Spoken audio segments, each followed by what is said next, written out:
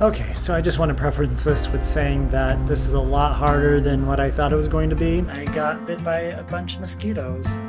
Where did you learn how to sing left? I did it on this one for It it. looks exactly the same. Yeah. We know how much work that is. Yeah.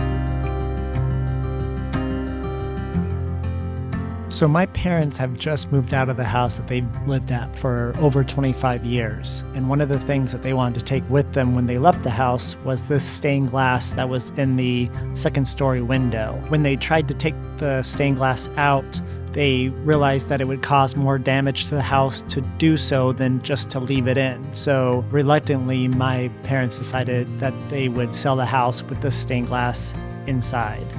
So what I ended up doing was taking this exact image of the stained glass and importing it into Photoshop. I then changed the contrast and made it black and white and had it printed out on architecture size paper. I then took that to a local stained glass shop.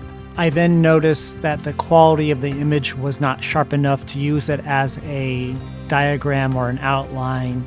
So then I had to bring this image back into Photoshop and trace it out. And then in one of the tutorials I watched online, they wanted me to label everything on the stained glass so that when I cut out the pieces, I knew exactly how many pieces I needed. Then using special stained glass scissors, I cut out the whole diagram and placed them into piles depending on what type of glass they needed. So each pile was their own separate stained glass, and then I ended up putting those into Ziploc bags. I then took all that glass and laid out the diagram in a way that I thought worked best for filling up the glass, and then glued the pieces on using rubber cement. Once the rubber cement had dried, I then cut out all the stained glass and left them in the Ziploc bags. Okay, so I just want to preference this with saying that this is a lot harder than what I thought it was going to be. But yeah, here's about a day and a half's worth of laying down the glass. This part's pretty easy because I have it in a T with the wood. I know that this is straight, but over on this side, this is where it gets messy, and this is the hardest part. Really, with just keeping it aligned, it is coming together pretty nice. I have clear glass in here. Started working on this rose and started on this one as well. I'm basically going down it like this. That way, by the time I get to the end, I know if everything lines up or not. And if it does, then I can continue on to the next. Not sure if that's the way that you're supposed to do it or if that's how the professionals do it, but that seemed the most logical to me, is start on one side, work your way over to the other, and as long as it lines up correctly with the other glass, should be good. I want to say I'm close to the finish line, but I'm not. So yesterday I was out there from 9 a.m. till about 5 p.m. and I got bit by a bunch of mosquitoes. See, there's like 8 or 9 on my elbow. My other arm, that one there, a bunch there.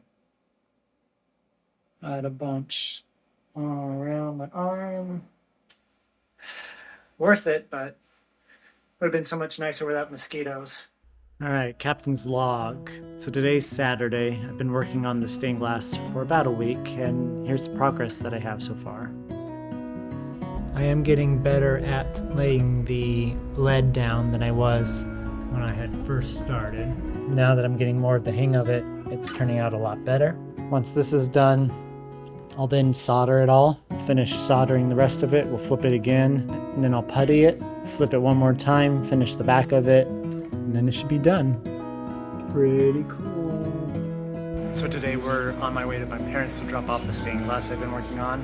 I know I haven't updated you guys a lot, but let's take a look at it right now. So we left it in the back underneath the blanket, and when we reveal it, yeah, that's what we're looking at. All right, let's go give it. Over the past 3 weeks. No way, will ya? Yeah. I took the photo that we had of the one in your house, and I blew it up and I redid it out of stained glass again. Oh my god. Where did you learn how to sing left? I did it on this one. This is the first one I've ever done. Exactly like it. I tried to pick the same colors that you had. So the Yeah. red and the yellow, and then the lighter color, I think, were as close as I could find. Oh, I would have said you went to the house and pulled it out. I really thought you did. Go It for looks it. exactly the same. Yeah. We know how much work that is. Yeah. Oh, honey. Yeah. Oh my gosh, William. I'm sorry. It looks exactly the same. Oh my gosh, how did you figure out dimensions and everything? So That's how old were you? it was three Yeah. 3 weeks worth of, yeah. Oh, honey, I can't believe it did that. It looks exactly the same. Thank you. Thank you. Just a small, housewarming gift. Yeah, just a small one. So as you can tell, I think my parents really liked the stained glass a lot. Here's some things that I would do different if I had to redo it again. Firstly, the lines on the diagram that I printed out ended up being pretty thick, which caused me a little bit trouble on trying to figure out what I should cut out and what I shouldn't and how to do that. Soldering for the first time was pretty difficult because my soldering gun that I own did not get hot enough to melt the solder the way that it was supposed to.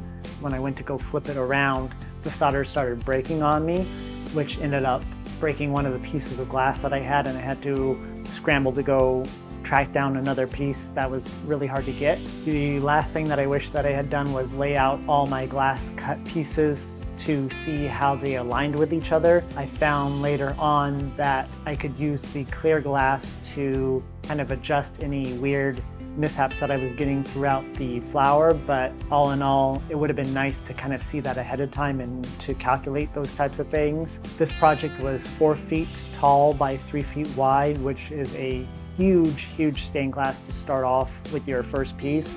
If you are starting off doing stained glass, obviously smaller would be a lot easier. That way you just get the hang of it first. Lastly, big, huge shout out to Ron and Molly over at Stained Glass Supplies in Pasadena. They went above and beyond helping me. Their shop was really cool and they do classes there. So if you're interested in doing any stained glass in the Los Angeles area, please check out their shop over in Pasadena. Also, if you've done stained glass before, leave a comment down below and let me know what you think of the stained glass that I ended up doing. If you're interested in doing stained glass, I've listed all the tools that I've used down in the description below.